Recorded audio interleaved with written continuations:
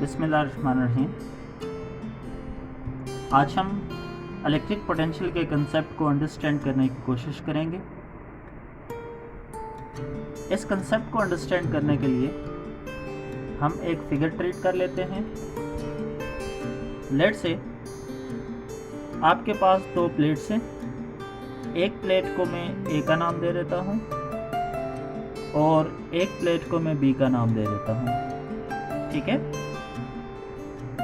एक प्लेट के ऊपर नेगेटिव चार्जेस यूनिफॉर्मली डिस्ट्रीब्यूटेड हैं, जबकि दूसरी प्लेट के ऊपर पॉजिटिव चार्जेस यूनिफॉर्मली डिस्ट्रीब्यूटेड हैं। ठीक है। ये दोनों प्लेट्स एक दूसरे से स्मॉल डिस्टेंस के ऊपर सेपरेटेड है। लेट्स से इस डिस्टेंस को हम डी का नाम दे देते हैं। अब इलेक्ट्रिक लाइंस ऑफ फोर्सेस हमेशा पॉजिटिव चार्जेस से ओरिजिनेट होती हैं और नेगेटिव चार्जेस पे टर्मिनेट होती हैं। तो इलेक्ट्रिक लाइंस ऑफ फोर्सेस का पैटर्न कुछ इस तरह से होगा कि it originate from the positive charge and terminates at the negative charges. Okay, ये पॉजिटिव चार्जेस से ओरिजिनेट होंगी और नेगेटिव चार्जेस पे क्या हो जाएंगी, टर्मिनेट हो जाएंगी। अब यहाँ पे हम ये कर देते हैं कि एक यूनिट पॉजिटिव चार्ज को प्लेस कर देते हैं। ठीक है। इस चार्ज की मैग्नीट्यूड है Q not. What is Q not? Q not be the magnitude of charge. अब ये जो चार्ज है, ये चूंकि यूनिट चार्ज है, यूनिट पॉजिटिव चार्ज है, तो इस पे मैं मेंशन कर देता हूँ पॉजिटिव चार्ज। तो देखिएगा कि ये चार्ज पार्टिकल जब इन दोनों प्लेट्स के दरमियान में प्लेस कर देंगे तो इसके ऊपर इलेक्ट्रोस्टैटिक फोर्स लग जाएगी। ये इलेक्ट्रोस्टैटिक फोर्स को फील करेगा। ठीक है। और इलेक्ट्रोस्टैटिक फोर्स आपके पास जो होगी ये आएगी F is equal to Q E from the definition of electric field. E is equal to F by Q होता है, F equal to Q E होता है। यहाँ पे चार्ज को हमने क्यू नॉट ट्रीट किया था, तो F is equal to Q naught E. This is the force experienced by the positive charge particle inside the electric field. Okay, ये वो फोर्स है जो पॉजिटिव चार्ज इलेक्ट्रिक फील्ड के अंदर फील करेगा। अब डायरेक्शन क्या है देखेंगे। इक्वेशन हमें बताती है जो डायरेक्शन इलेक्ट्रिक फील्ड की होगी वही डायरेक्शन फोर्स की भी होगी। लिहाजा इलेक्ट्रिक फील्ड है डाउनवर्ड डायरेक्शन में, तो चार्ज पार्टिकल भी डाउनवर्ड डायरेक्शन के अंदर मूव करने की कोशिश करेगा। ठीक है। समटाइम पॉजिटिव चार्जेस को हायर पोटेंशियल का नाम देते हैं। हायर पोटेंशियल को मैं शॉर्ट फॉर्म के अंदर एच पी राइट कर देता हूँ, हायर पोटेंशियल। और लोअर पोटेंशियल नेगेटिव चार्जेस को कहा जाता है, इसको मैं एल पी कह देता हूँ, लोअर पोटेंशियल। तो अब जो पॉजिटिव चार्ज है ये इलेक्ट्रिक फील्ड के अंदर हमेशा हायर पोटेंशियल से लोअर पोटेंशियल की तरफ मूव करता है।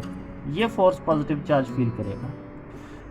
ये पॉजिटिव चार्ज खुद ब खुद मूव करते हुए हायर पोटेंशियल से लोअर पोटेंशियल की तरफ मूव करता जाएगा। स्पॉन्टेनियस मूवमेंट होगी, यानी आपने इसको प्लेस किया, ये खुद ब खुद ट्रेवल करते हुए हायर पोटेंशियल से लोअर पोटेंशियल की तरफ ट्रेवल करता जाएगा। अब अगर इसी पॉजिटिव चार्ज को मैं यहाँ से उठा के, यानी नेगेटिव प्लेट से उठा के, अगर इसको मैं उठा के कहाँ तक ले जाना चाहूँ, पॉजिटिव प्लेट तक ले जाना चाहूँ, ठीक है, तो मुझे क्या करना पड़ेगा, मुझे इलेक्ट्रिक फोर्स के अगेंस्ट एक फोर्स अप्लाई करनी पड़ेगी टॉप डायरेक्शन के अंदर। ठीक है। वो कौन सी फोर्स होगी? वो अप्लाइड फोर्स होगी।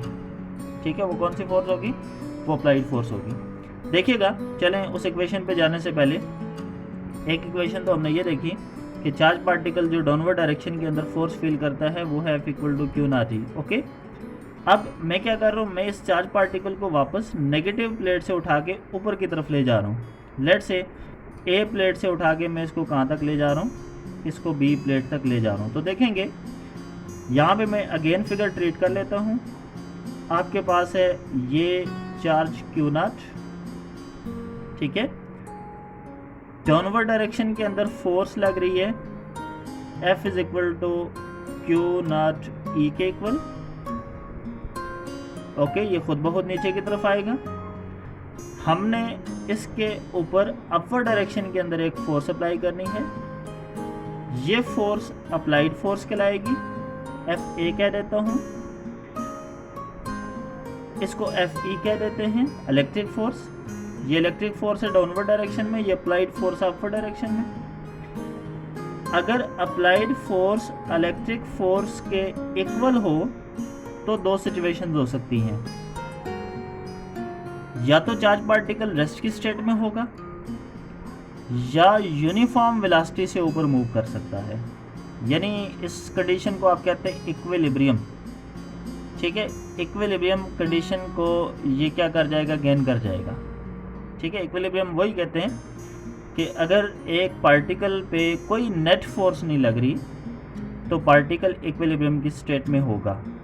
नेट फोर्स से मुराद या तो पार्टिकल रेस्ट की स्टेट में हो या तो पार्टिकल यूनिफॉर्म वेलोसिटी से मूव कर रहा हो। ठीक है, यानी या तो पार्टिकल स्टैटिक इक्विलिब्रियम की स्टेट में हो या ट्रांसलेशनल इक्विलिब्रियम की स्टेट में हो। ठीक है, कौन सी इक्विलिब्रियम, ट्रांसलेशनल इक्विलिब्रियम, यानी मूव भी कर रहा हो और किस वेलोसिटी से मूव कर रहा हो, यूनिफॉर्म वेलोसिटी से मूव कर रहा हो। ठीक है, फिर भी वो इक्विलिब्रियम की स्टेट में होगा। देखें, दोनों फोर्सेस इक्वल हैं और इक्वल फोर्सेस एक दूसरे को कैंसिल कर देती हैं। No net force act on the it. ठीक है, तो आप ये भी कह सकते हैं कि ये इस वक्त इक्विलिब्रियम की स्टेट में होगा। अच्छा, ये जो इक्विलिब्रियम है इसको कहते हैं इलेक्ट्रोस्टैटिक इक्विलिब्रियम। इसको क्या कहा जाता है, इलेक्ट्रोस्टैटिक इक्विलिब्रियम का नाम दिया जाता है। तो हमने चार्ज पार्टिकल के ऊपर अपवर्ड डायरेक्शन में अप्लाइड फोर्स इलेक्ट्रोस्टैटिक फोर्स के इक्वल ही लगानी है। ठीक है, इलेक्ट्रोस्टैटिक फोर्स के इक्वल ही लगानी है इस तरह से कि ये जो पार्टिकल है ये यूनिफॉर्म वेलोसिटी से ऊपर की तरफ मूव करे। ठीक है, यूनिफॉर्म वेलोसिटी से ऊपर की तरफ मूव करे और ऐसी स्टेट में ये पार्टिकल इलेक्ट्रोस्टैटिक इक्विलिब्रियम की फॉर्म में होगा। कंसेप्ट समझ आ गया? अगर इलेक्ट्रोस्टैटिक इक्विलिब्रियम की फॉर्म में होगा तो देखें पार्टिकल यहाँ से लेके यहाँ तक मूव कर रहे, हमने इस पर फोर्स भी अप्लाई की, पार्टिकल ने यहाँ से लेके यहाँ तक मूव भी किया। इसका मतलब है कि हमने इसके ऊपर कुछ वर्क डन किया। ठीक है, हमने इसके ऊपर कुछ वर्क डन किया और वो जो वर्क डन है जो कि हम इसको पॉइंट ए से लेके पॉइंट बी तक ले जाने के लिए कर रहे हैं, इस वर्क डन को हम कह देते हैं, लेट से ये वर्क डन है WAB। ठीक हो गया? तो इसका मतलब ये हुआ कि जब हम यूनिट पॉजिटिव चार्ज को लोअर पोटेंशियल से उठा के हायर पोटेंशियल तक ले जाएंगे, हमें वर्क डन करना पड़ेगा। ठीक है, वो जो वर्क डन करेंगे वो वर्क डन इस चार्ज पार्टिकल के अंदर पोटेंशियल एनर्जी की फॉर्म में स्टोर होता जाएगा। और अगर ये पार्टिकल स्पॉन्टेनियसली हायर पोटेंशियल से लोअर पोटेंशियल की तरफ मूव करता है तो वही पोटेंशियल एनर्जी फिर काइनेटिक एनर्जी के अंदर कन्वर्ट होती जाएगी। क्या कहा मैंने? अगर हम पॉजिटिव चार्ज को लोअर पोटेंशियल से उठा के इलेक्ट्रिक फील्ड के अगेंस्ट हायर पोटेंशियल पे ले जाएं तो हमें वर्क डन करना पड़ेगा। वो वर्क डन इसके अंदर पोटेंशियल एनर्जी की फॉर्म में स्टोर हो जाएगा, यानी इसकी पोटेंशियल एनर्जी इंक्रीज कर जाएगी और जब आप इसको हायर पोटेंशियल पे रिलीज कर देंगे ये खुद ब खुद लोअर पोटेंशियल की तरफ ट्रेवल करता जाएगा और वही पोटेंशियल वापस काइनेटिक एनर्जी के अंदर कन्वर्ट होती जाएगी। ठीक है, तो what is meant by electric potential. अब हम चलते हैं अपनी प्रॉपर डेफिनेशन पे। What is meant by electric potential. Concept क्या है इलेक्ट्रिक पोटेंशियल का? इलेक्ट्रिक पोटेंशियल का कंसेप्ट ये है कि वो वर्क डन जो हम यूनिट चार्ज के ऊपर करके इलेक्ट्रिक फील्ड के अंदर इसको हम मूव कराते हैं। ठीक है, वो जो वर्क डन है जो हम यूनिट चार्ज के ऊपर करते हैं उसको कहते हैं पोटेंशियल, इलेक्ट्रिक पोटेंशियल। ठीक है, डिफाइन ऐसे कर सकते हैं, work done on a unit charge to move it from one point to another point in an electric field, keeping electrostatic equilibrium is called electric potential। Electrostatic equilibrium को maintain रखते हुए अगर चार्ज पार्टिकल को एक point से उठा के दूसरे पॉइंट तक ले जाएं, जो वर्क डन हम चार्ज पार्टिकल के ऊपर करेंगे, वो जो वर्क डन हम चार्ज पार्टिकल के ऊपर कर रहे हैं, तो work done per unit charge, उसी को हम क्या कहेंगे, इलेक्ट्रिक पोटेंशियल का नाम देंगे। ठीक हो गया। यहाँ पे याद रखिएगा कि इलेक्ट्रोस्टैटिक इक्विलिब्रियम को मेंटेन करना है। ठीक है, मेन चार्ज पार्टिकल को कांस्टेंट वेलोसिटी से मूव करवाना है। अगर आपके पास चार्ज पार्टिकल जो है ये कांस्टेंट वेलोसिटी से मूव नहीं कर रहा, इसका मतलब है वेलोसिटी चेंज हो रही है। वेलोसिटी के चेंज होने की वजह से पार्टिकल एक्सेलरेशन पोजेस करेगा। एक्सेलरेशन पोजेस करने की वजह से पार्टिकल की जो फोर्स है ये वेरिएबल फोर्स होगी, और वेरिएबल फोर्स की वजह से जो वर्क डन है ये वर्क डन चेंज होता जाएगा।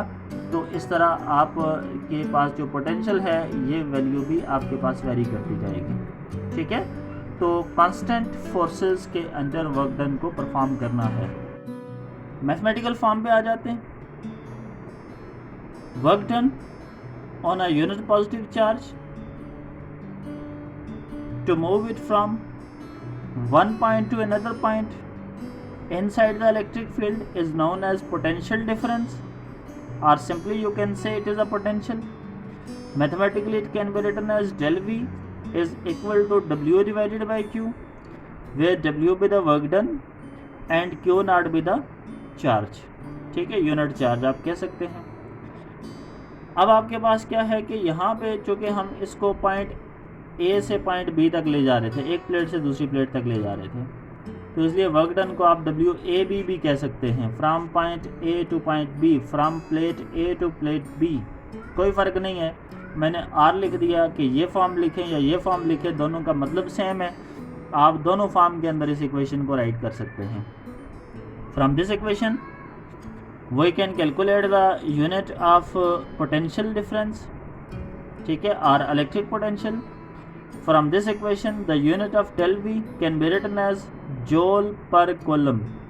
वर्क की यूनिट जोल है, चार्ज की यूनिट कोलम है। Joule per coulomb which is equal to volt. ठीक है, इसी को आप क्या रीड करते हैं, वोल्ट रीड करते हैं। यहाँ से आप 1 वोल्ट को भी डिफाइन कर सकते हैं। देखेंगे 1 वोल्ट कैसे डिफाइन कर सकते हैं। अगर आपके पास वर्क डन 1 जूल का हो और चार्ज 1 कॉलम का हो, यानी दोनों वैल्यूज 1/1 हो, 1 डिवाइडेड बाय 1 आंसर क्या आएगा, 1। तो डेल वी की वैल्यू क्या आ जाएगी, 1 वोल्ट आ जाएगी। सो 1 वोल्ट को कैसे डिफाइन कर सकते हैं, if 1 joule work is done on a unit positive charge to move it from one point to another point inside the electric field, then potential difference will be equal to 1 volt। If 1 joule work is done on a unit positive charge, unit mean 1, to move it from one point to another point inside the electric field is known as 1 voltage। ठीक है, इसको आप क्या read करेंगे, 1 voltage या 1 volt read करेंगे। बाकी इसकी डिफरेंट शेप्स हैं, बहुत सारी शेप्स हम बनाते जाएंगे कि अगर हमें कहीं इस तरह की शेप मिलती है तो उसका मतलब क्या होगा, उनके मीनिंग्स को अंडरस्टैंड कर लेते हैं। देखेंगे डेल वी को मैंने एज इट इज़ राइट किया अदर फॉर्म के अंदर। अब ये वर्क डन है, वर्क डन कहाँ से कहाँ तक था, एक प्लेट से उठा के हम दूसरी प्लेट तक ले जा रहे थे। तो अगेन अगर फिगर पे आ जाएं, ये फिगर है, इस पॉइंट से उठा के आप इस पॉइंट तक ले जा रहे हैं। डेफिनेटली यहाँ पे भी कुछ पोटेंशियल होगी, यहाँ पे भी कुछ एनर्जी पार्टिकल के पास होगी, यहाँ पे भी कुछ एनर्जी पार्टिकल के पास होगी। अगर यहाँ की पोटेंशियल एनर्जी को मैं यू ए कह देता हूँ, यू ए से मुराद है पोटेंशियल एनर्जी, इधर जो आपके पास है ये है potential energy at point B. यहाँ पे जो इलेक्ट्रिक पोटेंशियल है उसको वी ए कह देते हैं, और यहाँ पे जो पोटेंशियल है उसको वी बी कह देते हैं। ठीक है, 2 पॉइंट्स ले लिए, एक पॉइंट ए प्लेट पे है, एक पॉइंट बी प्लेट पे है। यहाँ पे पोटेंशियल एनर्जी यू ए है, यहाँ पे पोटेंशियल एनर्जी यू बी है, यहाँ पे इलेक्ट्रिक पोटेंशियल वी ए है, यहाँ पे इलेक्ट्रिक पोटेंशियल वी बी है। ठीक है, तो जब आप यहाँ से चार्ज पार्टिकल को उठा के इस पॉइंट तक ले जाते हैं तो इनफैक्ट उसकी पोटेंशियल एनर्जी बढ़ती है। ठीक है, जो वर्क डन आप कर रहे होते हैं वो वर्क डन इसकी पोटेंशियल एनर्जी को इंक्रीज कर रहा होता है। इसका मतलब है work done W is equal to U B minus U A. ठीक है, तो आप यहाँ पे इस इक्वेशन में जहाँ पे W मौजूद है तो वर्क डन बराबर है final potential energy minus initial potential energy. बड़ी पोटेंशियल एनर्जी में से छोटी पोटेंशियल एनर्जी को माइनस करेंगे तो आप W की जगह पे U B minus U A लिख सकते हैं, which is equal to change in potential energy. ठीक है, तो आप इसको फिर डेल यू बी राइट कर सकते हैं, कोई फ़र्क नहीं है। ये शेप भी बन सकती है इक्वेशन की, ये भी बन सकती है, या आप अगर इस पोटेंशियल इलेक्ट्रिक पोटेंशियल को अगर लिखना चाहें तो ये भी आप चेंज की फॉर्म में लिख सकते हैं, V B minus V A greater electric potential minus smaller electric potential is equal to del U divided by Q naught. ठीक है, या फिर अगर आप डेल यू को फिर से डब्ल्यू के साथ रिप्लेस करना चाहें तो कर सकते हैं, या फिर सारी इक्वेशंस को समराइज करना चाहें तो देखें डब्ल्यू इधर ही रखा, डब्ल्यू को ही डेल यू कहा जाता है, डेल यू को ही u2 माइनस u1 कहा जाता है, इज इक्वल टू यह आ जाएगा Q naught into V B minus V A into change in potential energy, इसी को डेल वी के इक्वल राइट कर लिया। तो ये समराइज कर दी है कि ऐसे भी आपको ये इक्वेशन मिल सकती है। तो मेन कहने का ये मतलब है कि आपके पास यही इक्वेशन है, ये इक्वेशन मेन यही है, बाकी इसकी क्या है डिफरेंट आपके पास शेप्स हैं, तो डिफरेंट शेप्स के अंदर आप इस इक्वेशन को राइट कर सकते हैं। ठीक है, अब अगर आपके पास एक सिंगल पॉजिटिव चार्ज हो और इसके around electric lines of forces radially outward होती हैं, जैसे कि मैंने फिगर के अंदर इंडिकेट कर दिया, इसमें अगर हम 2 पॉइंट ट्रीट कर लें, एक पॉइंट है कहीं इन्फिनिटी पे बहुत दूर है, इन्फिनिटी से मुराद ऐसा पॉइंट है जहाँ पे कोई इलेक्ट्रिक पोटेंशियल नहीं है। ठीक है, इसका मतलब है कि इस वी ए पे आपके पास इलेक्ट्रिक पोटेंशियल 0 है, जबकि ये बी पॉइंट ऐसा है जो इलेक्ट्रिक फील्ड के अंदर लाई कर रहे हैं, यहाँ पे इलेक्ट्रिक पोटेंशियल वी बी है। ठीक है, तो अब क्या करेंगे, आप इक्वेशन को थोड़ा सा चेंज कर लेते हैं। देखें V B minus V A यानी del V is equal to W by Q naught था, तो अगर वी ए 0 हो जाए यानी चार्ज पार्टिकल को अगर इन्फिनिटी से उठा के इलेक्ट्रिक फील्ड के अंदर ला रहे हैं तो आपके पास ये आ जाएगा V B is equal to W divided by Q naught. ठीक है, क्यों? क्योंकि वी ए आपके पास क्या है 0 है, या जनरली आप इसको लिख सकते हैं V is equal to W by Q naught. तो यहाँ से भी आप इलेक्ट्रिक फील्ड इलेक्ट्रिक पोटेंशियल की एक और डेफिनेशन ऐसे भी कर सकते हैं, work done on a unit positive charge.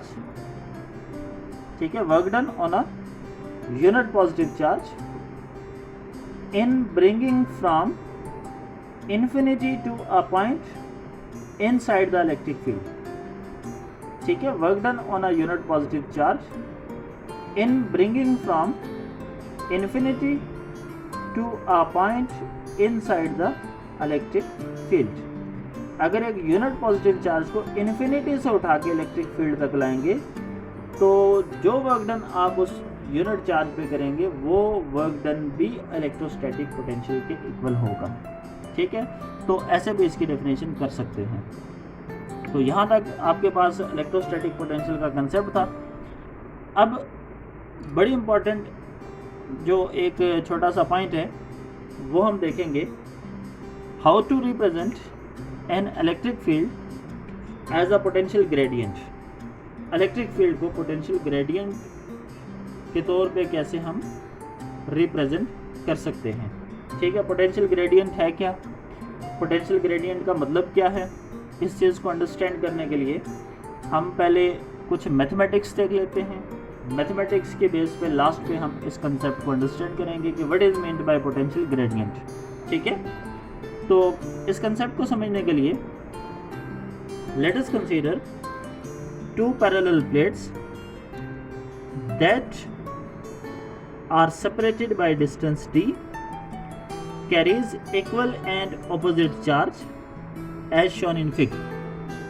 ठीक है, लेट एक प्लेट को A का नाम दे देते हैं, दूसरी प्लेट को B का नाम दे देते हैं।